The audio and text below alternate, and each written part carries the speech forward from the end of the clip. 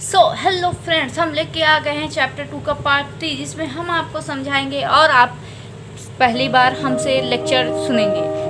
पहला हमारा टॉपिक है importance of pH in daily life. इसका सब टॉपिक है पीएच इन डाइजेस्टिव सिस्टम। देखो, हमारा स्टमक क्या होता है, HCl रिलीज करता है, मतलब हाइड्रोक्लोरिक एसिड रिलीज करता है, जो हेल्प करता है डाइजेशन में। अब अगर प्रॉब्लम कहाँ आती है, अगर HCl हाई हो जाए, मतलब HCl का अमाउंट ज़्यादा हो जाए, तो इससे प्रॉब्लम क्या आता है, इरिटेशन और पेन होता है। अच्छा, इरिटेशन और पेन होता है तो हमें रिलीफ कैसे मिलता है? रिलीफ देता है एंटासिड। जो इनो हम लोग पीते हैं ना, वही उसी को कहते हैं एंटासिड। लेकिन अगर एग्जाम्पल आ जाए तो वो ना लिखना, बल्कि लिखना सोडियम हाइड्रोजन कार्बोनेट। इसको बेकिंग पाउडर कहते हैं, और मैग्नीशियम हाइड्रो ऑक्साइड। नाउ आता है topic pH in living organism. देखो, हमारा जो नॉर्मली पीएच होता है लिविंग ऑर्गेनिज्म का, वो होता है 7। ओके, 6 to 7 ऐसे है ना, 7 मान लो, 7 to 7.6, ठीक, ये होता है। और अगर बाई चांस वाटर का पीएच जो है वो 5 से बिलो हो जाए, 5 से बिलो हो जाए, तो उसको हम कहते हैं एसिड रेन। कौन सा rain? Acid rain. Acid rain का नाम सुना होगा आप लोगों ने, है ना, फिल्मों में देखा होगा। तो एसिड रेन किसको कहते हैं? जिसका what is acid rain? If the pH of water below 5, then the acid rain, इसको कहते हैं acid rain। ठीक है, फिर अब इससे प्रॉब्लम क्या होगा? अगर यही पानी तालाब में जाएगा या नदियों में जाएगा, ठीक है, रिवर्स में जाएगा, ठीक है, तो क्या करेगा? उससे प्रॉब्लम क्या होगी? वो क्या करेगा? वाटर का जो pH है वो भी डिक्रीज होगा, मतलब यहाँ के वाटर का है वो भी डिक्रीज होगा, pH of pounds and water, वो भी क्या होगा? डिक्रीज होगा। अगर इसका पीएच डिक्रीज हुआ तो वाटर में कौन रहते हैं? फिश। तो उनको प्रॉब्लम होने लगेगी। क्या होने लगेगी? प्रॉब्लम। ओके, फिश हुई या जो भी चीज़ हुई, उन्हें क्या होगा? होने लगेगा, प्रॉब्लम होने लगेगा।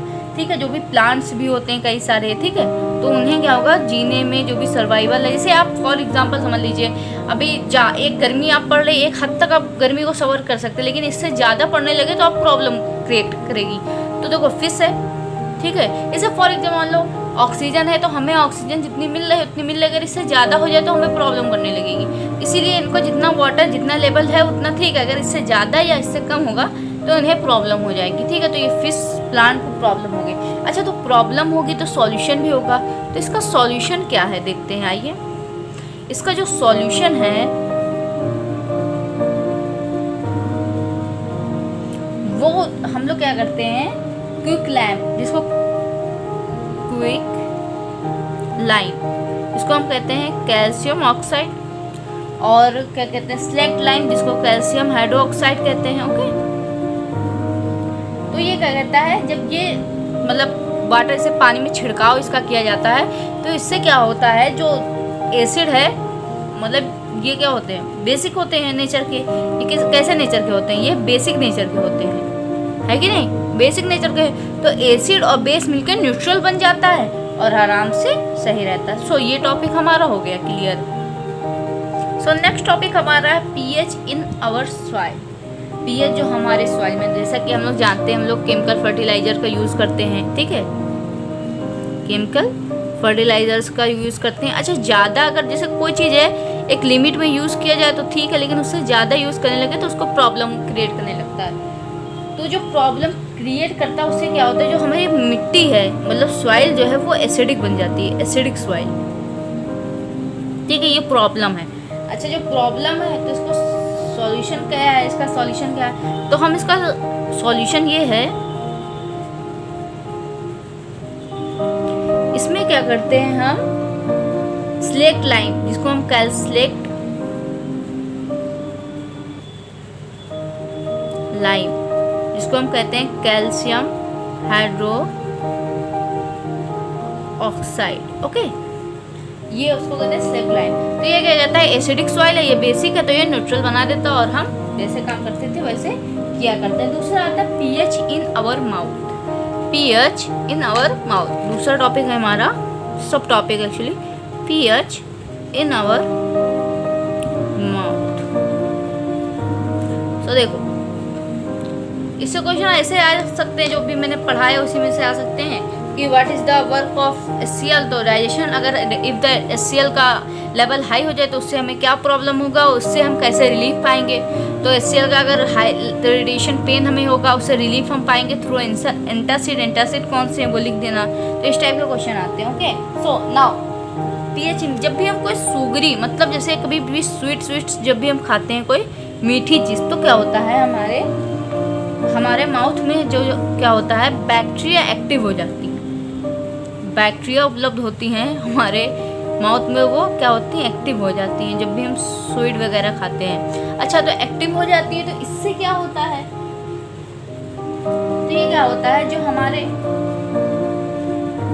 जो शुगर जब एक्टिव हो जाती है तो इनका कुछ भाई वो होता होगा ना काम। तो ये क्या करती है, जो हमारे स्वीट्स हैं उनको एसिड में चेंज कर देती हैं। स्वीट्स को क्या हो जाता है, ये कहाँ चेंज हो जाता है, एसिड में। चेंज किस में चेंज हो जाता है, एसिड में चेंज हो जाता है। अब क्या प्रॉब्लम आती है, तो हमारा जो pH होता है, सो pH होता है हमारा, pH ऑफ माउथ, वो कहते हैं लो हो जाता है 5.5 से कम हो जाता है। ठीक है, ये प्रॉब्लम आती है। इससे क्या होता है, जो हमारा एक एनिमल का आप लोग ने नाम सुना होगा, ठीक है, हार्ड लेयर होता है, ठीक है, वो क्या कहता है, कोरोटिक मतलब परत चढ़ाने लगता है। ठीक है, फॉर्म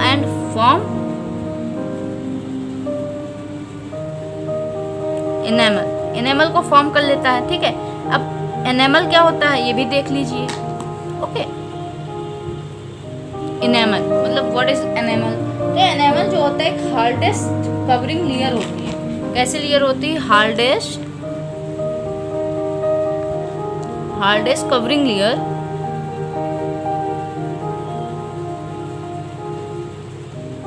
अच्छा, किस चीज की होती है, ये किससे बना होता है, ये बना होता है कैल्शियम फॉस्फेट से बना होता है। ओके, ये आ सकता है कि एनिमल किससे बना होता है, कैल्शियम फॉस्फेट से बना होता है। तो अब ये हमारे टीथ को डैमेज करे, तो इससे पहले हमें कुछ इसको हटाने के लिए कुछ करना पड़ेगा। तो हम इसके लिए क्या करते हैं, इसे छुटकारा पाने के लिए क्या करते हैं। तो पहला पॉइंट जो हमारा है कि हमें ब्रश करना चाहिए। ब्रश डेली, मतलब रोज हमें ब्रश करना चाहिए, जैसे करना चाहिए। और आफ्टर, मतलब कोई भी सुगरी फूड खाने के बाद, आफ्टर ईटिंग सुगरी फूड मतलब कोई भी स्वीट वगैरह, वी शुड वॉश माउथ, हमें कुल्ली करना चाहिए, वॉश माउथ। ओके, सो ये सारी चीज़ें हैं। अब दूसरा आता है कि जो pH है वो self defence in plant and animals में कैसे यूज होता है। ठीक है, तो आइए वो भी टॉपिक देखते हैं। जैसा कि देखा, pH in self defence in plants and animals. Okay, so कैसे होता है, देखो जब भी एंट या बी मतलब मधुमक्खी या एंट, ठीक है, चींटी जब भी काटती है तो हमें पेन एंड इरिटेशन होता है। तो क्या होता है, pen, irritation and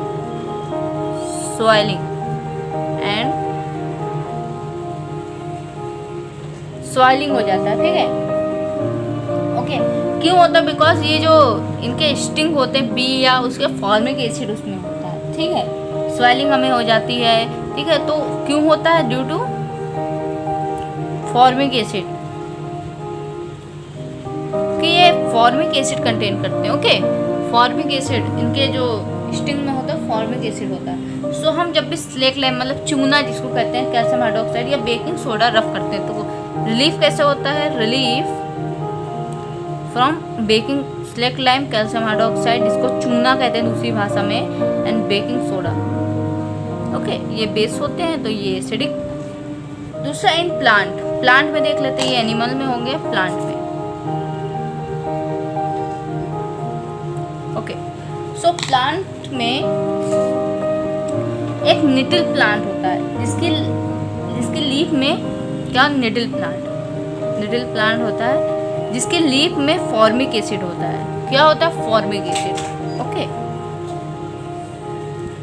formic acid होता है तो सेम है, जैसे उसका कांटा लगता है तो हमें स्वेलिंग और पेन होने लगता है, तो उससे रिलीफ पाने के लिए एक प्लांट होता है उसी के, अच्छा जहाँ ये मतलब उगेगा उसके बगल एक डॉग प्लांट उगता है, क्या डॉग, DOCK, ना कि डॉग DOG नहीं रहा, क्योंकि DOCK। तो ये कहता है इसको, इसकी जो पत्ती होती है उसको रफ करने की वजह से हमें रिलीफ होता। तो ये हमारा आज का टॉपिक ख़त्म हुआ। नेक्स्ट टॉपिक हम लेके आएंगे टाइप ऑफ सॉल्ट और भी कई सारी चीज़ें। सो अगर आपको अच्छा लगा प्लीज़ लाइक करिए, सब्सक्राइब करिए और शेयर करना ना भूलें, जिससे आपके फ्रेंड को भी हेल्प मिल सके। Thank you so much.